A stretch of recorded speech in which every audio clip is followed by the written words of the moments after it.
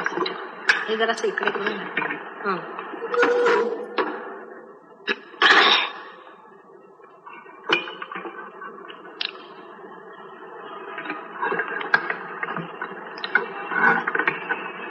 आपसे मैंने पहले बताया था, चेहरा दिसत नाही लोकांना.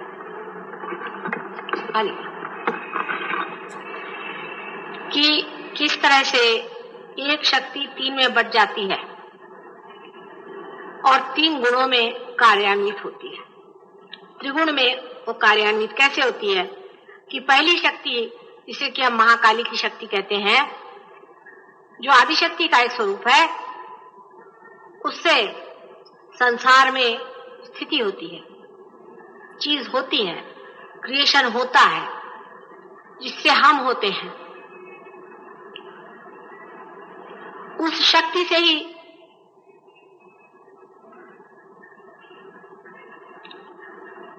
स्थिति नहीं भी होती है. जैसे स्विच ऑन भी हो सकता है, ऑफ भी हो सकता है. उसी के कारण हम नष्ट भी हो सकते हैं पूरी तरह से. अगर परमात्मा ने सोच लिया कि वो आंख मूंद ले और उस शक्ति का कार्य न देखे, तो यही शक्ति से हमारा संहार भी होता है. लेकिन ये जो शक्ति है, इसमें क्या निहित है? इसमें कौन सा स्वरूप परमात्मा का है? मैंने आपसे कहा था उसे ईश्वरी शक्ति कहते हैं. वो परमात्मा का ईश्वरीय अंश है, जिससे कि परमात्मा साक्षी स्वरूपत्व में बैठे रहते हैं और हमारे अंदर भी साक्षी स्वरूपत्व आता है. किंतु साक्षी स्वरूपत्व का संसार में अभियान क्या होता है? कार्यान्वित कैसे होती है? जिसे आज हम वाइब्रेशंस करके जानते हैं, वो इसी शक्ति से बहने वाली स्पंदन का नाम है. ये जो शक्ति हमारे अंदर से बह रही है, आपके अंदर से जो वाइब्रेशंस आ रहे हैं, ये वही शक्ति है. वो सर्वभूतों में, सर्व जगह में, चाहे वो चीज मरी हो, स्थिति में हो, जीवंत हो, हर में ये वाइब्रेशंस है. माने अणु, रेणु, मॉलिक्यूल्स,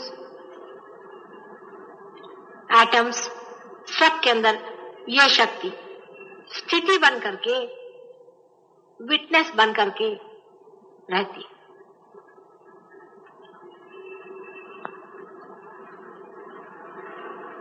इसको बहुत से लोग चैतन्य लहरी भी कह सकते हैं, लेकिन मैं इसे चैतन्य नहीं कहूंगी. चैतन्य तो परमात्मा की पूर्ण शक्ति का अगर नाम है, तो इसे आप चैतन्य नहीं कह सकते, लहरी मात्र कहिए. परमात्मा की प्रेम की लहरी, उसके प्रेम का स्पंदन. मनुष्य मात्र में भी वो शक्ति हृदय में रहती है और वहां स्पंदित रहती है. मनुष्य मात्र में जो हृदय में स्पंदन होता है प्राण का, वो यही शक्ति है. इसलिए उसको आप प्राण शक्ति भी कह सकते हैं. और यही वो शक्ति है जिसके कारण संसार में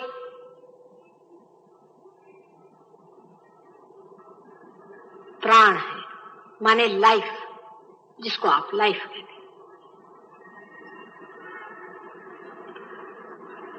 दूसरी शक्ति, जिसे कि हम ब्रह्मा की शक्ति कहते हैं या मां सरस्वती की शक्ति कहते हैं, जिसे सारा संसार बना हुआ है, जिसके कारण सारी सृष्टि की रचना हुई, जिसके कारण सब ग्रह गोल, चंद्र, सूर्य, पृथ्वी आदि सब जितना भी मैटर है वो बना.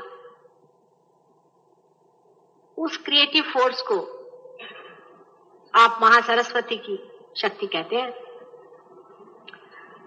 वो शक्ति हमारे भी पेट में है और विराट के भी पेट में.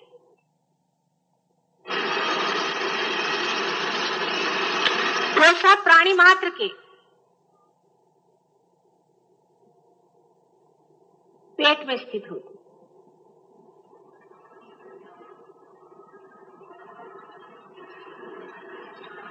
उसे आप कह सकते हैं कि वो इवॉल्विंग फोर्स है। अगर किसी अमीबा को भूख न लगती तो वो इवॉल्व नहीं होता, उसका उत्थान नहीं होता। वो शक्ति हमारे पेट में स्थित है।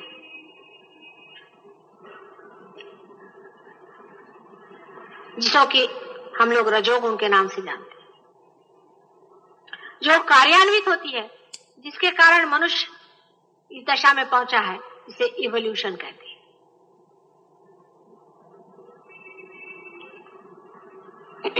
तीसरी शक्ति इसके बराबर बीचों बीच होती है, जो विराट के सहस्त्रार में नीचे जो लिम्बिक एरिया है, चेतना स्वरूप होती है, जिसे अवेयरनेस कहते हैं। चेतना स्वरूप जो शक्ति हमारे बुद्धि में है, उसे हम महालक्ष्मी की शक्ति कहते हैं।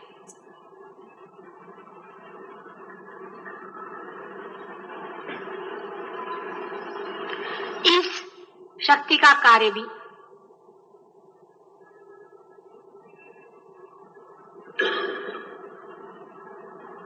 ऐसा है कि जो कुछ भी संसार में हो रहा है उसे जानना।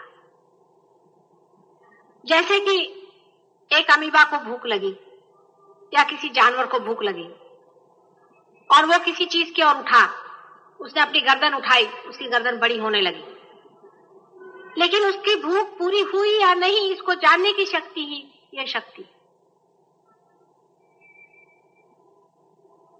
और इसी को लोग सत्वगुणी शक्ति कहते हैं।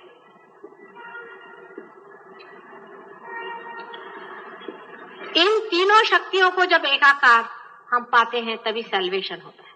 ये गुणातीत दशा है।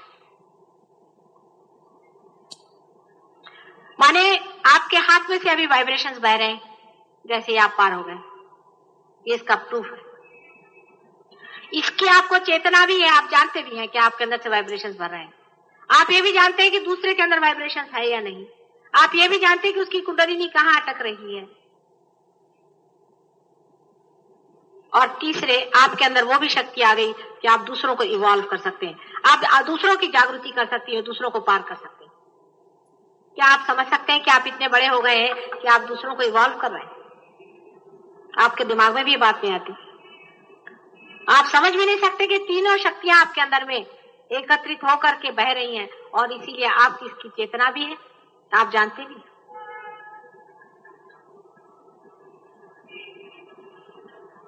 यही गुणातीत दशा है।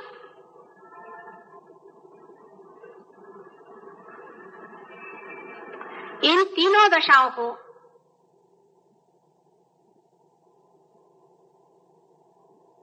जब हम पार कर लेते हैं तो चौथी दशा में आते हैं, जहां तीनों का मिलन हो गया, एक ही धारा बन गई हो।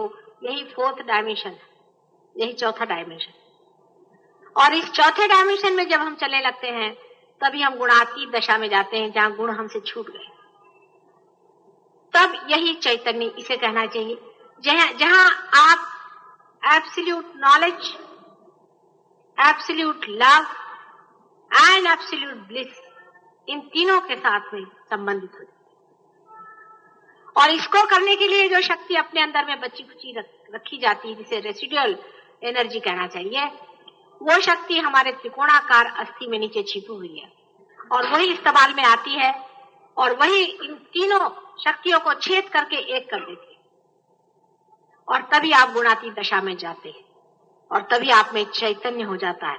माने ये कि आप इन तीनों चीजों से भूषित हो जाते हैं, जिसके कारण आपके हाथ में से वाइब्रेशंस बहना शुरू हो जाते हैं, जिसके कारण आप दूसरों की कुंडलिनियों को पहचानने लगते हैं, और जिसके कारण आप दूसरों को भी रियलाइजेशन दे सकते हैं।